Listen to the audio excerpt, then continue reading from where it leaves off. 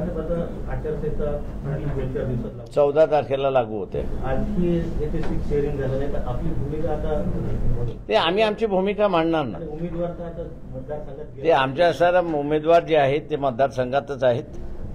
आम्ही आमची भूमिका एकदा आचारसंहिता लागून झाली की 2 दिवसानंतर आम्ही आमची भूमिका मांडू. पॉलिटिकल भूमिका आमची मांडू आम्ही. 48 जागेवरही लढणार ती असेल तेव्हा ऐका ना. बाळासाहेब, सांगलीची सभा होणार आहे का तुमची? सांगलीची सभा होणार आहे का? सांगलीची सभा इचलकरंजीची झाली आमची. सांगलीची होणार होती 14 किंवा 15. नाही, कॅन्सल झाली. ते सभा नव्हतीच आम्ही त्या याच्यामध्ये. झाली तर एक सोलापूरमध्ये होईल, नाही तर नाही. आता बाळासाहेब, 2 दिवसात एक प्रस्ताव अमरावतीवरून पक्षाकडे आला की सुजात आंबेडकरांनी अमरावतीतून लढावं. प्रकाश योग्य वेळेस त्याच्यावरती मी बोलेन, काळजी करू नका. बाळासाहेब, त्याच्या मागची पार्श्वभूमी अशी आहे की आनंदराज आंबेडकरांच्या उमेदवारी संदर्भात अमरावतीच्या चाचपणी होत आहे महाविकास आघाडीकडून. त्या पार्श्वभूमीवर मला माहित नाही.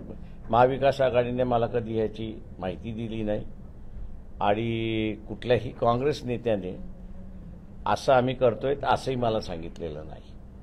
त्याच्यामुळे ही बातमी मी तुमच्याकडूनच ऐकतोय. राष्ट्रवादीचे काही नेते भेटले त्यांना आनंदराज असेल ना.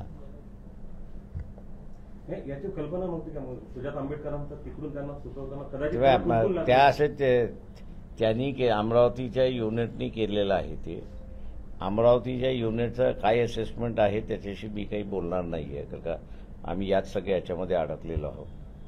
तेव्हा प्रत्येक युनिट आता असताना आमचं जे आहे ते एसर्टिव्ह व्हायला लागले की आणि ही अनरेस्ट मोठ्या प्रमाणात वाढत चालली असं आम्हाला पक्षांतर्गत दिसतंय की सीट कोणाला जाणार त्याच्यावरनं आहे.